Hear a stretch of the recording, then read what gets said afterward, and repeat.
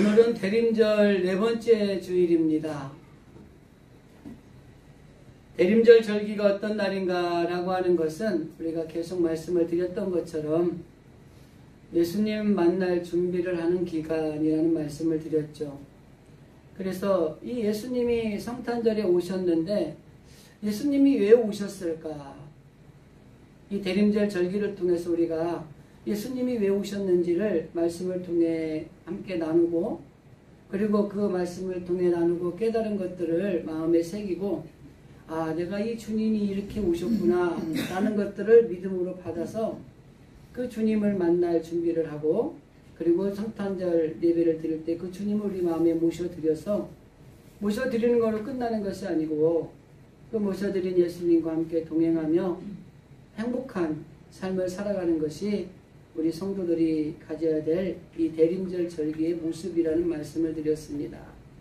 그래서 앞서 두 번에 걸쳐서 예수님이 왜 오셨는가?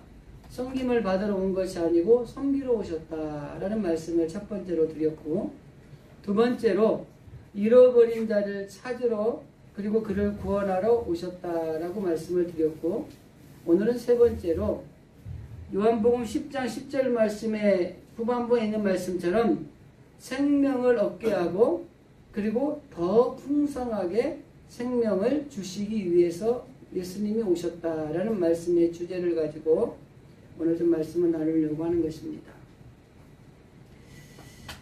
사람들이 할 수만 있으면 건강하고 또 오래 살고 싶어 하죠.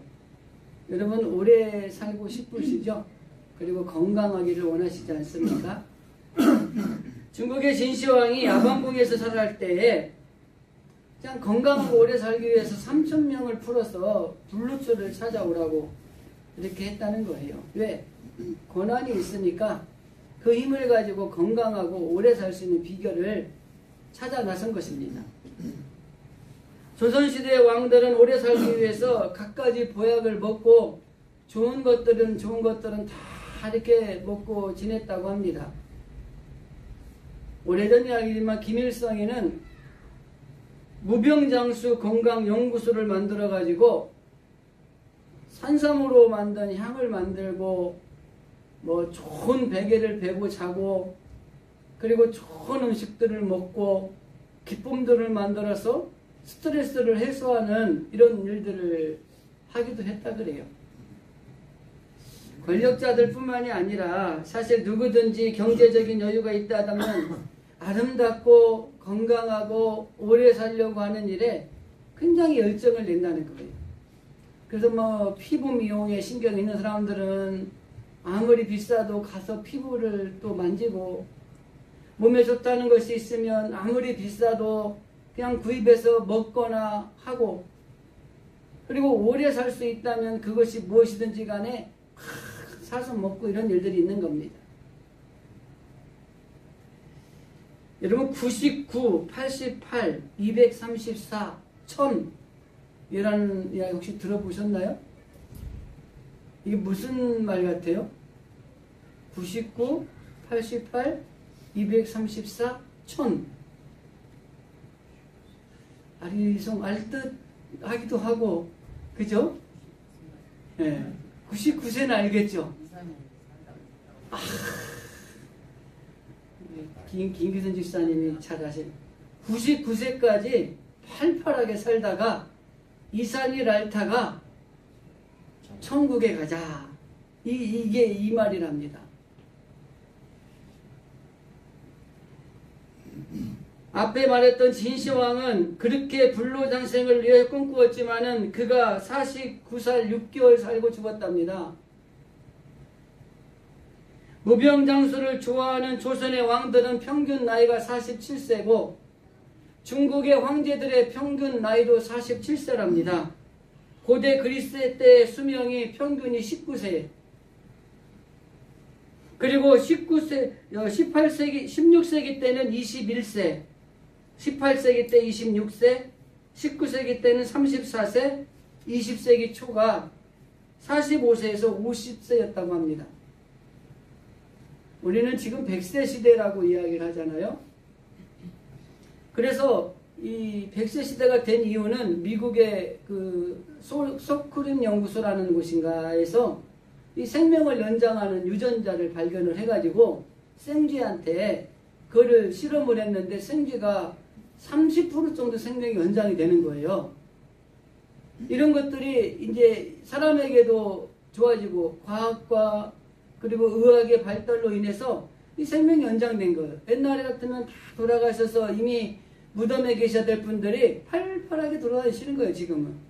왜? 과학과 의학의 발달로 인해서. 그 100세 시대가 된 거예요. 중요한 건 뭐냐면, 인간은 언젠가는 죽게 되어 있다고 하는 것입니다.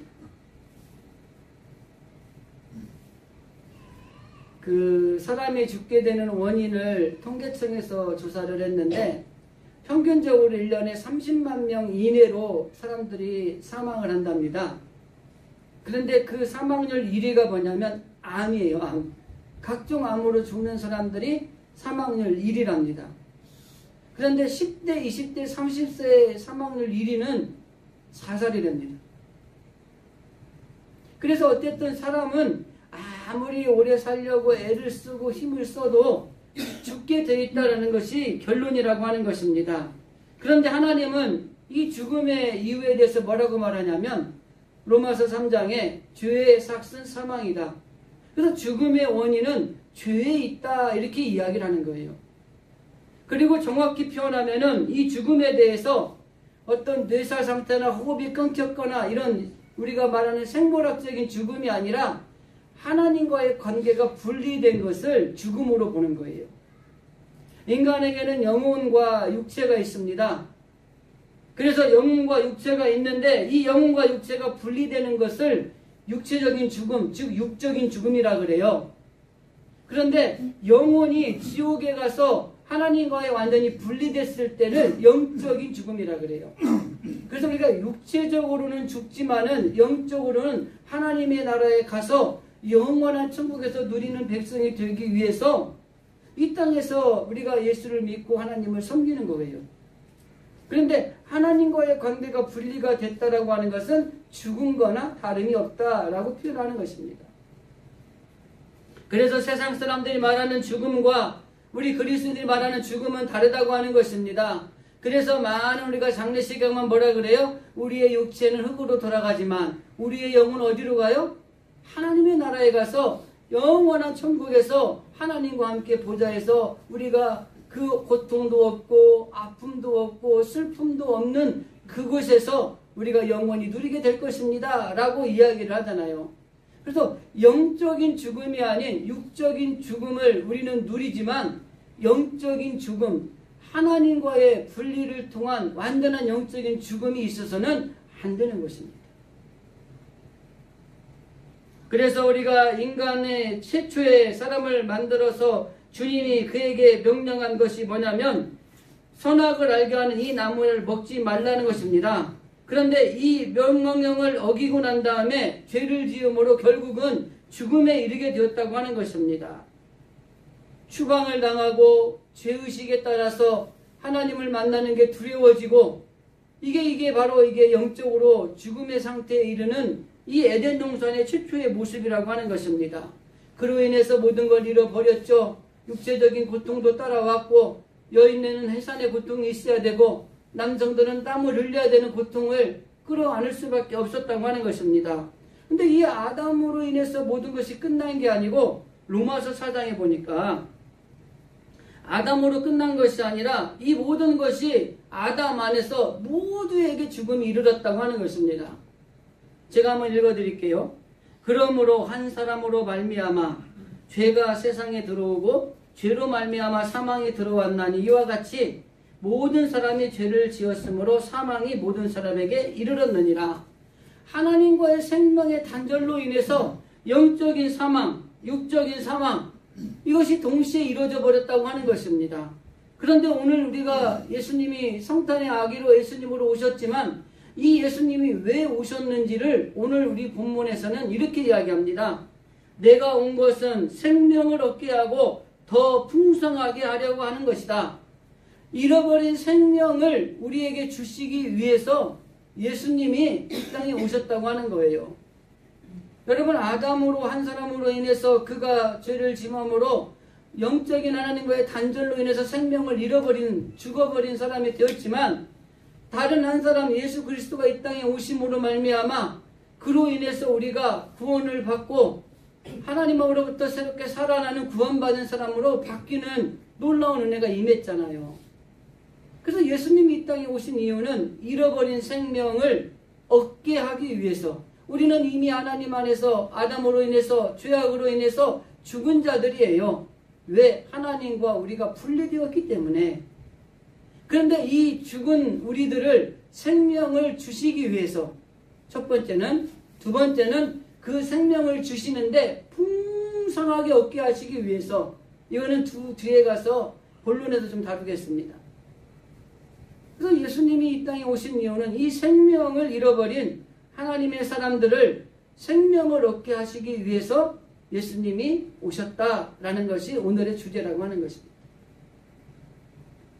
그래서 오늘 말씀한 것 첫 번째, 왜 예수님이 오셨는가? 우리에게 생명을 얻게 하기 위해서 오셨다라고 하는 것입니다. 생명이라는 단어의 뜻이 여러 가지로 쓰여요. 헬라어로 푸시케, 비오스, 조에라는 의미로 쓰이는데, 이 푸시케라는 말은 우리가 흔히 말하는 목숨을 의미하는 것이고, 비오스라고 하는 건 생물학적 의미에서의 생명을 의미할 때 사용하는 단어가 비오스입니다. 근데 조에라고 하는 단어는 예수 그리스도를 통한 영원한 생명을 이야기하는 거예요. 그래서 예수님이 우리를 위해서 왜 오셨는가? 생명을 얻게 하기 위해서 오셨다는 이 생명은 뭐냐면 조에라고 하는 것이에요. 예수 그리스도 안에서 주시는 영원한 생명, 이것을 주시기 위해서 예수님이 오셨다고 하는 것입니다. 그러니까 얼마나 감사한 일이에요. 죽을 수밖에 없는 우리들이 영원한 생명을 얻게 하시기 위해서 예수님이 이 땅에, 낙부천한 이 땅에 아기 예수의 모습을 가지고 오셨다고 하는 것입니다. 그날이 바로 성탄절이라고 하는 것이죠. 그래서 지옥에 가는 사람들을 살리기 위해서 예수님이 오신 것이라고 하는 것입니다. 오늘 우리가 읽은 8절 말씀에 보면은 나보다 먼저 온 자는 다 절도요 강도다 라는 말이 있어요. 예수님보다 먼저 온 절도나 강도가 있다는 것입니다. 그러면 그 절도나 강도나 도적이 왜 왔느냐? 10절 말씀 상반절에 이렇게 되어 있습니다. 도둑이 온 이유는 도둑질하고 죽이고 멸망시키기 위해서 왔다라고 하는 것입니다. 그러면 이 도둑이 누구냐라는 거예요. 정치적으로는 그 당시에 헤롯이나 빌라도 총독이 도둑입니다. 종교적으로는 바리새인이나 서기관이나 거짓 선지자들이 도둑이에요. 오늘날로 말하면 교회나 교회 성도들을 미혹하고 유혹하고 흔드는 이단, 사이비가 도둑입니다. 그렇기 때문에 성경에서 말하는 도둑은 성도들을 미혹하여 자신의 배를 채우려고 하는 것들, 이것들의 배후에는 사단이 있다고 하는 것입니다. 그래서 자신도 모르는 사이에 사단의 포로가 되어 있습니다. 사단은 우리의 영혼을 도둑질하는 사람들이라고 하는 거예요. 멸망을 길을 걸어가도록 우리를 이끌어가는 것이 사단이 하는 일이라고 하는 것입니다. 그래서 이 도둑으로부터 우리가 이러한 것들을 빼앗기지 않도록 우리의 중심을 잘 지키는 것이 필요하다고 하는 겁니다. 우리 지난 주간에 총회 우리 이단 사이비 대책위원회에서 행사가 하나 있었습니다. 우리 노예 총회 안에 노예가 69개 노예가 있는데 69개 노예 안에 이단 사이비 대책위원장들이 있어요. 말 그대로 이단이나 사이비에 대해서 이 노예 안에서 이런 것들을 어려움 당하는 사람들을 지켜내는 그런 부서가 노예 이단 사이비 대책위원회입니다. 근데 노예가 거의 무용지물이에요. 활동이 없습니다. 그래서 그분들을 초대를 해서 총회 이대회에서 간담회를 하고 어떻게 하면 각 지역별로 그 이단이나 사이비로부터 교회나 성도들을 지켜내고 그들을 빠지지 않게 할 수 있을까 하는 것을 대체회의를 했어요. 그래서 권역별로 영남권, 호남권, 중부권, 서울 강북, 서울 강남 5개 권역에서 상담소를 설치를 하고, 그리고 그 상담소를 통해서 어려움 당하는 사람들이 도움을 받을 수 있도록 전국적으로 지원을 하자라는 이런 취지를 가지고 간담회를 했습니다. 아주 좋은 시간이었어요. 그리고 각 위원장들이 와서 너무 좋은 시간이었다 그러고, 앞으로 지역에 있는, 지방에 있는 이런 이단으로부터 어려움을 당하는 이들이 좀 살 수 있도록 힘을 줘야 된다는 거예요. 여수 지역은 통일교가 극성을 부린답니다. 대구 지역은 신천지가 지금 난리랍니다. 그래서 이 호소를 하는 거예요. 여기를 좀 우리를 도와주십시오라고. 근데 사실 우리가 알고 있는 이 여호와 증인, 신천지, 통일교, 하나님의 교회 이런 거 말고 신흥 이단 사이비 세력들이 얼마나 많이 생겨났는지 몰라요. 그것들로부터 지켜야 되는 것이 한국 교회가 해야 될 일이고, 거기에 빠지지 않도록 우리가 돌봐야 되는 것이 이 성도들인 것이라고 하는 것입니다. 제가 총회 이단 사이비 대책위원회를 하면서 느끼는 것 중에 하나가, 야, 이게 정말 드러나지 않는 이단들이 너무나 많구나. 새로운 신종 이단들이 많아져서 우리도 모르는 사이에 거기에 빠져있는 사람들이 얼마나 많은지 몰라요. 그런 것들이 정말 이단이냐 아니냐 이거를 판가름하고, 또 그 사람들이 이단이라고 판정을 내야 되고, 이단이라고 했던 것들이 이제는 괜찮아졌으면 해제를 해줘야 되고, 이런 일들을 하는 거기 때문에 참 중요한 일이라는 생각을 합니다. 어쨌든 이 도둑이, 현실판, 이단, 사이비, 이들이 도둑이라고 하는 거예요. 왜? 성도들의 마음을 빼앗아서 그들을 멸망의 길로 이끌어가게 만드는 주범이 이 시대에는 이단, 사이비들이라고 하는 것입니다. 실제적으로 유다를 보면은 그가 마음이 사단에게 빼앗겼을 때에 예수님을 팔고자 하는 마음이 실행으로 옮기는 행동을 보였던 것을 알 수가 있습니다. 사실 하와도 자기가 이 사단이 자기의 마음을 미혹했기 때문에 평소 때는 아무렇지도 않은 그 선악과 나무가 보암직도 먹음직도 탐스럽게 할 만큼 아주 좋게 보였던 거예요. 왜? 마음을 빼앗긴 거예요, 사단에게. 예수님도 사단을 멸하고 우리를 살리기 위해서 오셨다라고 분명히 말씀합니다. 요한일서 3장 8절 말씀에 보면은 하나님의 아들이 나타나신 것은 마귀의 일을 멸하려 하심이라 라는 말씀이 있어요.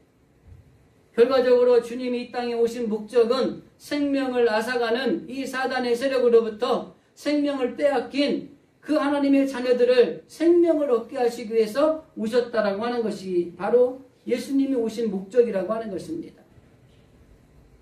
우리가 아는 것처럼 예수님이 이 땅에 오실 때 보라 처녀가 잉태하여 아들을 낳을 것이니 그를 임마누엘이라 라고 하잖아요. 이 임마누엘이 뭐예요? 바로 우리 예수님이거든요.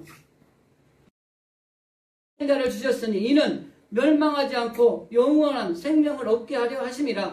주님이 오신 목적 자체가 우리에게 영원한 생명, 생명을 주시기 위해서 오셨다고 하는 것입니다. 예수님이 사역하실 때 3명의 죽은 자를 살리심으로 생명을 주신 실제적인 사건들이 있습니다.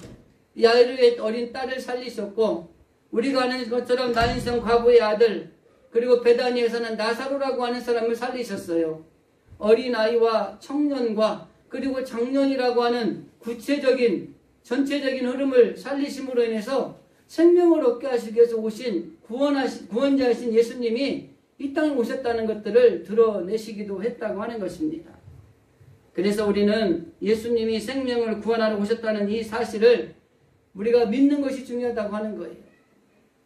섬기러 오셨고 잃어버린 자를 찾으러 오셨고 생명을 우리에게 주시기 위해서 오신 이 예수님이 십자가에 돌아가셨고 부활하셨고 그리고 다시 오실 것이라는 것을 믿음으로 고백하는 게 필요하다고 하는 것입니다.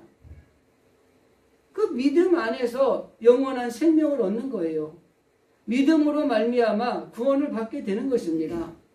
그런데 아무리 성경에서 하나님이 말씀을 이렇게 우리에게 하셔도 그랬나 보다. 그리고 나하고 믿음하고 연관이 지어지지 않으면 우리에게는 구원의 확신이 없는 것이요 영원한 생명을 가질 수 있는 자격도 없는 것이라고 하는 것입니다.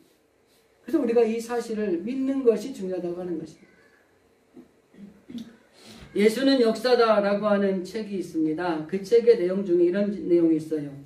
8개의 예언이 한 사람에게 이루어지려고 하면은 그 이루어질 확률이 1만 조분의 1이랍니다. 1만 조분의 1.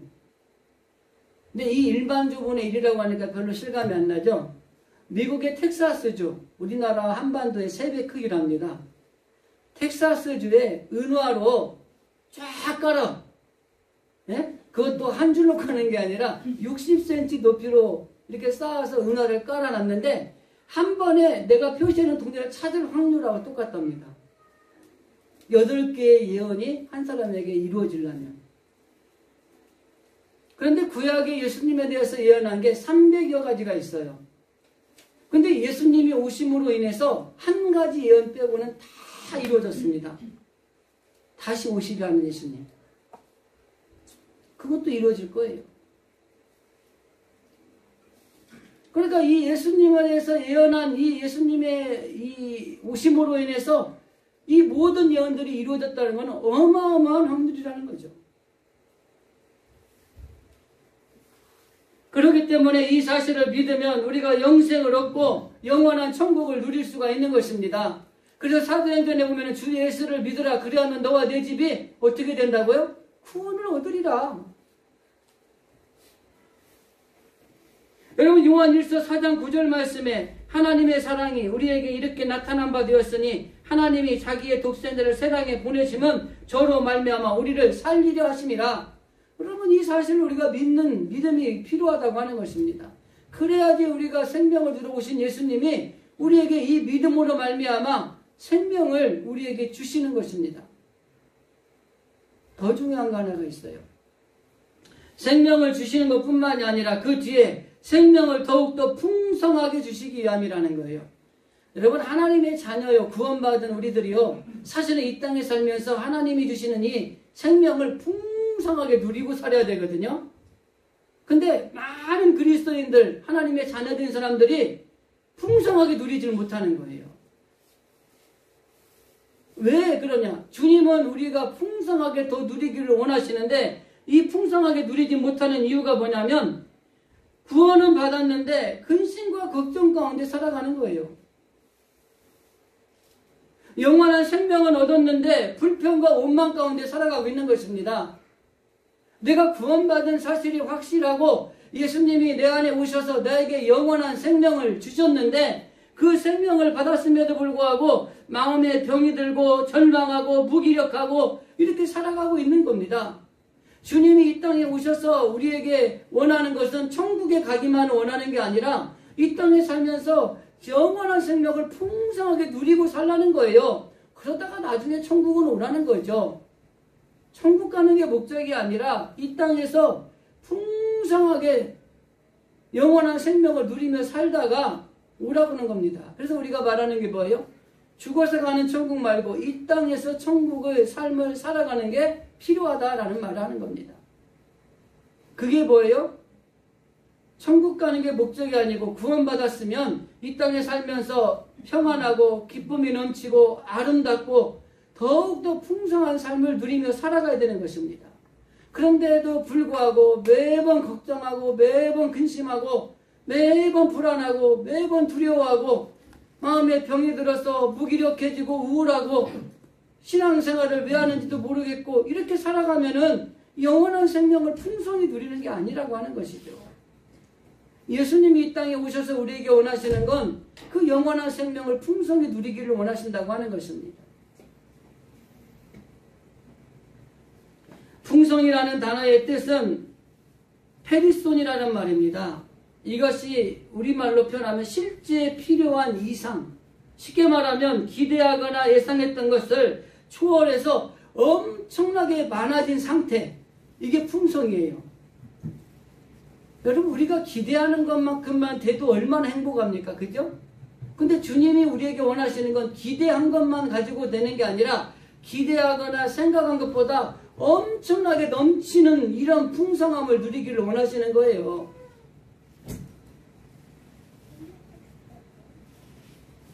영혼 구원만을 위해 오신 것이 아니라 구원받은 하나님의 자녀들이 행복하고 아름답고 더 나아가서 만족한 삶을 누리면서 살아가기를 원하시는 것, 이게 주님이 이 땅에 오신 이유라고 하는 것입니다.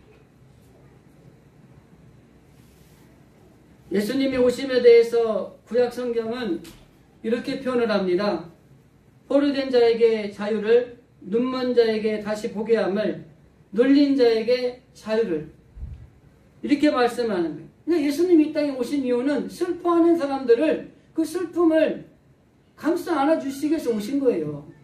쉽게 말하면 좌절하거나 절망하고 낭패와 실망 가운데 있는 사람들을 일어서게 하시기 위해서 오신 겁니다. 더 나아가서 온갖 풍파 가운데 힘들어하는 그런 사람들의 그 풍파를 잠재워 주시기 위해서 오신 거예요. 그러니까 우리 삶 가운데 예수님이 오신 이유는 우리 삶이 풍성해지기를 원하는 거예요. 그러니까 하나님의 자녀들은요, 좀 당당하게 살아야 돼요. 우리 그런 말 표현해요. 찌질하게 살지 말자라는 표현하잖아요. 좀 당당할 필요가 있다고 하는 것입니다. 예수님은 병든 생명에게는 건강을 주시고 슬픔을 가진 자에게는 기쁨을 주십니다. 무기력함이 있는 자에게는 의욕을 주시고 절망을 가진 자에게는 소망을 주시는 분이라고 하는 것입니다.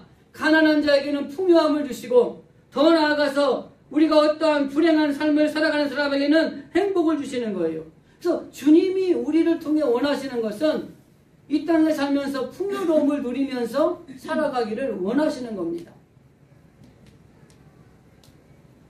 이렇게 풍요로움을 누리면서 살아가라고 하는데 그렇게 살지 못하는 이유가 뭐냐면 구원받았는데 주님이 영원한 생명을 나에게 주셨는데 나는 여전히 걱정하고 근심하고 불안해하고 두려워하고 무기력하고 마음에 병이 들어서 어찌할 바를 몰라하고 이렇게 살아가기 때문에 그런 거예요. 어마어마한 부를 가졌으면서도 초라한 삶을 살아가는 인생들이 얼마나 많은지 모릅니다. 미국의 세계적인 부자 하워드 휴즈라고 하는 사람이 있어요. 이 사람은 제조업, 호텔, 방송, 항공, 뭐 영화사 이런 것들에서 어마어마한 돈을 번 부자가 됐습니다. 근데 이 사람이 자기가 오랫동안 살면서 건강하게 살기 위해서 자기 호텔의 맨 끝에 방에 살면서 사람들도 만나지 않고 접촉도 않고 음식도 이 깡통 음식만 먹으면서 살았어요. 그래서 71세를 살고 죽었습니다. 이 사람이 죽었는데 사연이 뭐냐면 영양실조. 어마어마한 부를 가졌음에도 죽은 이유는 영양실조로 죽었어요. 많은 걸 가졌지만 초라하게 산 인생이죠. 우리가 신앙생활할 때 신앙의 영양실조 생활을 하는 분들이 있어요. 하나님이 구원을 우리에게 구원해 주셨고 풍요로운 생명을 주셨는데 여전히 걱정하고 근심하고 두려워하며 살아가는 인생이 사실은 우리가 영양실조 걸린 신앙생활을 하는 것과 똑같은 겁니다. 한 가지만 더 예를 들게요. 잘 아는 이야기고 제가 몇 번 했던 것 같은데 어떤 사람이 돈을 열심히 벌어갖고 호화로운 여객선 타는 그 배삭표를 끊은 거예요. 이 배표를 끊어가지고 그 배에 올랐는데 이 사람이 그 백삭을 사느라고 돈이 없어가지고 그 안에서 쓸 돈을 못 버는 거예요. 그래서 2주간 여행을 하는데 빵, 라면, 캔 막 이런 것들을 가방에 싸가지고 간 거예요. 가지고 막 돈이 있어 보이는 사람들은 막 뷔페에서 밥도 먹고 고급스러운 음식도 먹고 막 와인도 마시고 이러는데 자기는 그 빵과 라면으로 때우고 이제 2주 여행을 마친 겁니다. 선장이 이제 마치고 나오는 분들한테 이렇게 묻는 거예요. 여행은 즐거우셨고 행복했습니까? 근데 이 사람이 이렇게 얘기를 하는 거예요. 너무 여행은 즐거웠는데 내가 돈이 없어가지고 이 빵하고 라면을 때우려서 배가 고팠다. 그때 그 선장이 깜짝 놀라면서 하는 얘기가 아이고 이 배삭 안에는 이 안에는 모든 걸 쓰고 누릴 수 있는 그 모든 게 포함이 되어 있는데요 라고 이야기를 했다는 거예요. 많은 걸 가졌어도 초라하게 사는 사람들이 있고 누려야 되는데도 누리지 못하는 인생을 사는 사람들이 있다는 이야기입니다. 신앙생활도 마찬가지예요. 신앙생활도 영적인 영양실조에 걸린 사람들이 있어요. 하나님은 우리에게 많은 것들을 주셔서 풍성하게 누리라고 하나님이 우리에게 많은 것들을 허락하셨는데 그 풍성함을 누리지를 못하고 여전히 초라하게 당당하지 못하게 맨날 힘들고 죽겠다는 소리만 하면서 살아가는 신앙인들이 얼마나 많은지 몰라요. 영양실조 걸린 겁니다. 우리는 이 우주의 주인이신 하나님의 아들이요 하나님의 딸이라고 하는 것입니다. 그렇기 때문에 하나님은 우리가 초라하게 살기를 원하지 않으세요. 풍성하게, 더 풍성하게 살기를 원하시는 것입니다. 그렇기 때문에 우리가 어떠한 경우에도 만족한 삶을 사셔야 되고 이 땅에 살면서 하나님을 아버지로 두었다고 하는 아들이요 딸이라고 한다면은 좀 당당할 필요가 있는 것입니다. 이번 주 중에 노예 어떤 목사님이 찾아와서 이런저런 얘기를 나누는데 작은 교회 목사님들이 다 이 물질에 너무 넘어진다는 거예요. 하나님이 다 모든 걸 주시는 거예요. 여러분 물질도 권력도 명예도 다 하나님의 손에 있잖아요. 그래서 우리가 물질도 하나님이 주시면 아무것도 아닌 거예요. 명예도 하나님이 올려주시면 놀라운 명이 올라가는 거예요. 요셉 보세요. 다니엘 보세요. 될 수 없는데 하나님이 올려주시잖아요. 권력자가 되잖아요. 모든 것이 하나님의 손에 있기 때문에 우리가 좀 당당할 필요성이 있다고 하는 겁니다. 그리고 조금 힘들고 어려운 일을 만날지라도 만족해야 돼요. 누가 그런 질문을 했더라고요. 이렇게 힘들고 어려운 일이 있을 때 어떻게 생각을 하십니까? 여러 가지 기회를 드러났더라고요. 근데 제가 쓸 답은 없었어요. 저는 그런 힘들고 어려운 일 만날 때 어떻게 해야 됩니까? 제가 여러분들한테 종종 말씀드렸던 거예요. 하나님이 또 이 일을 통해서 어떤 나에게 복을 주시려고 하나님이 이 어려운 문제를 통해서 나에게 또 어떤 것들을 주시려고 하는가 이런 기대가 있어야 되는 거죠. 그런 답은 없더라고요. 어떻고 여러 가지 예를 들어놨더라고요. 세상적인 질문이죠.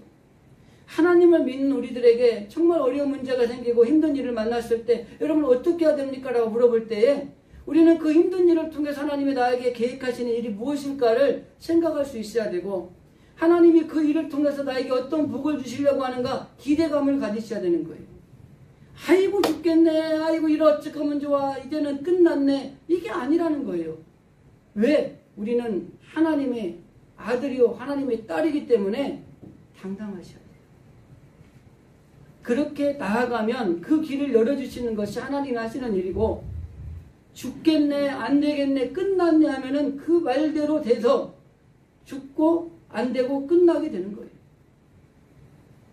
믿음의 눈으로 보느냐 그렇지 않느냐의 차이가 여기 있는 것입니다. 그래서 바울도 그런 고백을 합니다.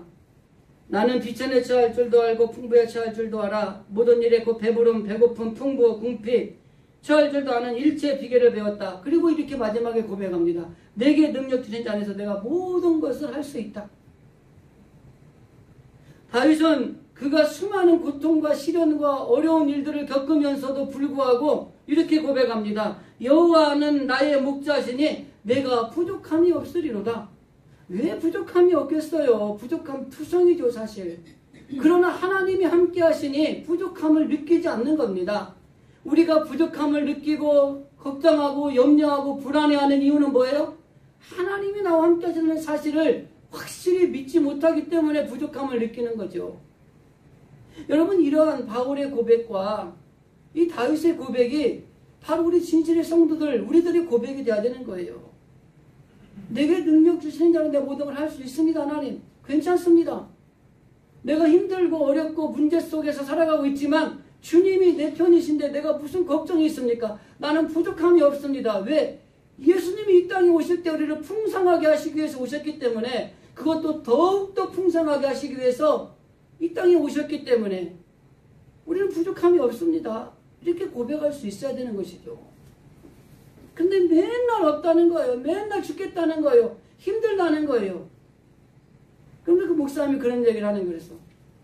그런 걸 이겨낼 수 있는 파워가 필요한데 라고 하면서 이야기 가운데 그런 얘기를 해요. 그런 분들을 좀 만나서 목사님 같이 얘기를 해주면 좋겠다 이런 얘기를 하더라고요. 기회가 되면 하겠다 그랬어요.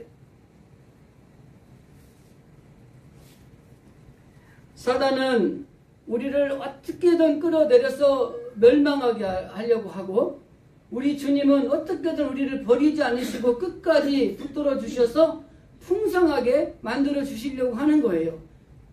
그래서 중요한 게 뭐냐면 생각을 빼앗기지 않는 겁니다. 내가 이 마음 단속을 잘해야 돼요. 사단으로부터 내 마음을 빼앗기지 않아야 돼요. 마음을 빼앗기니까 문제가 생기는 거예요. 모든 것들이 마음을 빼앗길 때 문제가 된다고 하는 것입니다. 어떠한 경우에도 우리가 어떤 생각을 하냐도 중요하지만 사단이 우리의 마음 속에 들어와서 흔들어 놓는 거예요. 사울이 얼마나 위대한 사람이었습니까? 그런데 사울의 마음속에 사단이 들어가니까 경노하기 시작을 하는 거예요. 자기 사위 아름다웠던 다윗이 죽일 대상으로 바뀌는 겁니다. 그래서 결과적으로 분명히 말씀하는 게 사무엘상 18장에 보면 이 사울이 이렇게 된 이유를 설명을 합니다. 그 이튿날 하나님이 부르시는 악령이 사울에게 힘있게 임하니라. 마음속에 악한 것이 들어오니까, 마음을 빼앗기니까 자기가 그렇게 훌륭했던 사울이 악한 사람이 되는 거예요. 다윗도 얼마나 성군이었습니까? 그런데 역대상 21장 1절에 보면은 다윗이 변한 이유를 이렇게 설명합니다. 사단이 일어나 이스라엘을 대적하고 다윗을 충동했다, 이렇게 표현하고 있어요. 사단이 다윗의 마음에 들어가서 다윗을 충동하니까 다윗이 하나님의 영광이 아니라 인구조사를 통해서 내가 얼마나 많은 일들을 해냈는가를 드러내고 싶은 이 마음 자만심이 생긴 거예요. 마음을 빼앗기면 안 되는 거예요. 그래서 마음을 단속하셔야 돼요. 이 마음의 관리가 무엇보다도 중요하다고 하는 것입니다. 도둑이 들지 않게 문단속을 해야 되는 것처럼 이 인생을 도둑맞지 않기 위해서 사단이 우리의 마음을 흐트러지지 않도록 잘 단속하셔야 되는 거예요. 그래서 사단이 좋아하는 생각을 하면 안 됩니다. 사단이 좋아하는 생각과 하나님이 좋아하는 생각이 있어요. 사단이 좋아하는 생각은 죽이는 생각, 죄 짓는 생각, 초라한 생각, 낙심하는, 포기하는, 걱정하는 생각, 이런 것들을 자꾸 사단이 우리 마음에 넣어주는 거예요. 근데 우리가 그런 생각을 하지 않고 복음적인 생각, 살리는 생각, 풍성한 생각, 이런 생각을 하셔야 돼요. 사단이 우리의 마음에 넣어주는 생각에 사로잡히면 아무리 성인 군자라도 타락하게 되어 있습니다. 왜 그렇게 훌륭한 사람이 한순간에 무너지느냐? 사단이 우리의 마음의 생각을 흔들어 버리기 때문에 그러는 거예요. 그래서 마음의 생각, 이 단속을 잘 하셔야 됩니다. 그러기 위해서는 뭐예요? 내 안에 성령이 늘 충만해야 되고, 성령의 은사가 내 안에서 늘 자라도록 잘 양육해야 되고, 그 성령님 안에서 우리가 살아가는 게 필요하다고 하는 것입니다. 생각은 단순히 추상적인 에너지가 아니라 생각을 어떻게 하느냐에 따라서 말이 달라지고 표정이 달라지고 인생이 달라지고 모든 게 달라지게 되어 있습니다.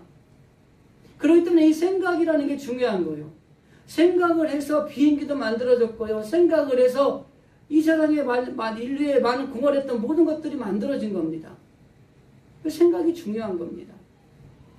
근데 이 생각을 사단에게 빼앗기면 사단의 종으로 살게 되는 거예요. 이 생각이 하나님 앞에 붙들려 있으면 하나님의 자녀로서의 풍성한 삶을 누리며 살아가고 있는 것입니다. 예수님은 우리 마음에 새 마음을 주셨습니다. 에스겔서 36장에 보면 또 새 영을 너희 마음속에 두고 새 마음을 너희에게 주되 굳은 마음을 제어해버리고 부드러운 마음을 줄 것이다 라는 말씀을 했어요. 말씀을 정리하겠습니다. 예수님이 이 땅에 오신 목적은 우리를 풍성하게 하고 더욱더 풍성함을 누리며 살아가게 하기 위해서 오셨다고 하는 것입니다. 그래서 우리가 이 생각을 할 때에 주님이 주시는 생각을 해요. 교회가 부흥하는 생각, 성도들을 사랑할 생각, 가정이 평안하는 생각, 그리고 우리 사업이 잘 된다는 생각, 그리고 우리 직장이 잘 될 거라는 생각, 우리 모든 성도들이 하나님 안에서 사랑으로 넘칠 것이라는 생각, 이런 생각들을 막 하시는 것이 중요하다고 하는 것입니다. 예수님은 우리에게 생명을 풍성하기 위해서 오셨습니다. 그렇기 때문에 사단에게 우리의 마음의 생각을 빼앗겨서 초라한 인생을 살지 마시고 성령이 주시는 은사를 가지고 풍성하게, 그리고 더 나아가서 성령의 은사가 우리 안에 넘치는 축복된 삶을 살아가셔야 된다고 하는 것입니다. 오늘 본문의 말씀을 한 번 더 읽어드리겠습니다. 내가 온 것은 양으로 생명을 얻게 하고 더 풍성히 얻게 하라는 것이라.